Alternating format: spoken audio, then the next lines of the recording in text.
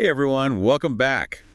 We're diving deep into something pretty amazing today, language, and how our brains actually make sense of it all. Mm. I think you'll find this one particularly cool, given, you and your linguistics kick. Oh yeah. It's a fascinating topic for sure. It's delving into one of the most complex and uniquely human abilities, Yeah, language. totally. And we're going to be digging into some excerpts from this text here, all about brain function, Mm. to like guide us through this. Okay, so right off the bat, it seems like the left side of our brain is basically like, Grand Central Station for all things language. Yeah, absolutely. It houses these like key areas, right? Broca's area and Wernicke's area. And you can kind of think of them as like specialized departments in this Grand Central Station metaphor, That's not like where this is going. Yeah. So like Broca's area is like the speech production center. It basically takes, thoughts and ideas, all that, and it turns those thoughts into spoken words. Oh, okay. So that's how we get from like the thought to actually saying something out loud. Exactly. That makes sense. So then the Wernicke's area, is that the comprehension department then? The Yeah. part that helps us actually understand the words we're hearing? Precisely. You got it. And each of these areas has like its own distinct role, but they work together seamlessly. It's wild. And damage to either area Broca's or Wernicke's can actually disrupt language in very specific ways. It really shows you how intricate this whole system is. So like if someone has damage to Broca's area, would that mean like they could understand language but have trouble like actually forming words? Exactly. They might struggle to speak fluently, even though they know what they want to say. It's like the words are stuck. Oh, wow. And then on the flip side, damage to Wernicke's area, that can lead to fluent speech, but it lacks meaning. The words are coming out, but they don't make sense. Wow, that's wild. It's just crazy to think about all these processes kind of happening right now as we're having this conversation, like right now. Absolutely. It's happening in real time, all the time. And to really understand how it all kind of fits together, how it all works, we got to dig into something called the dual stream model of language processing. Ooh, two streams. This sounds juicy. Yeah. So imagine like a river, that splits into two branches. Okay. And each branch has a specific function. Right. That's basically the dual stream model. We have the dorsal stream, which is all about connecting sounds with the motor movements that you need to actually speak. Think of it like the production line, Okay. transforming thoughts into speech.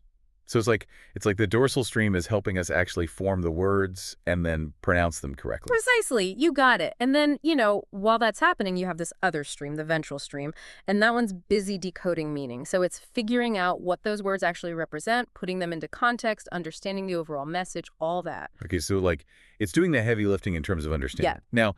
Now, I know you and I know how much you love phonetics, so I think you're going to find this next bit about how the dorsal stream handles articulation particularly cool. It goes, beyond just pronunciation. It's about the precise coordination of all these muscles to create the sounds that we actually recognize as language. It really is amazing, like the precision of it all. Yeah. And, the coolest part is how both streams, dorsal and ventral, are constantly interacting. It's like a loop, allowing us to, understand and respond in real time, which is what we're doing right now. So, for instance, if you ask me, what's your favorite color?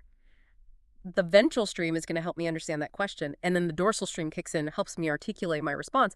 Blue. Oh, that's a great example. So it's like a perfectly choreographed dance happening in our brains all the time. Exactly. And speaking of amazing brain stuff, the text also mentioned that being bilingual, speaking multiple languages, it's like a superpower for the brain. Oh, it totally is. Knowing more than one language actually increases what we call cognitive flexibility. It's the ability to switch between tasks easily, to adapt to new information quickly, and even to resist distractions better. So it's not just about knowing two languages, it's about training your brain to be more like agile, more adaptable overall. Precisely. You got it.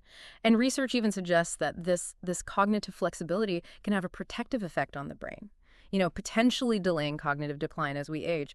Imagine it's like constantly challenging your brain with new puzzles and mental workouts. That's what learning a new language can be like. Wow. That is pretty powerful. So, I mean, even if someone isn't, bilingual, learning anything new, right? A skill, a musical instrument, anything can have similar cognitive benefits. Absolutely. It's all about pushing your brain beyond its comfort zone and, forging new neural pathways. Love it. Okay, so just to recap, we've learned the left brain is our language hub, this amazing control center. We have these two streams working together, dorsal and ventral, to process language, like a dynamic duo. And then being bilingual, it's like giving our brains a serious upgrade. But here's a little thought-provoking question for you all listening out there. With AI being developed to understand and generate language, could it ever truly think like humans do? Does mastering language actually equal mastering thought? Ooh, that's a deep one. And honestly, Yeah. it's a complex question that researchers are still grappling with today. Like AI can now generate, human-like text, translate languages, all that.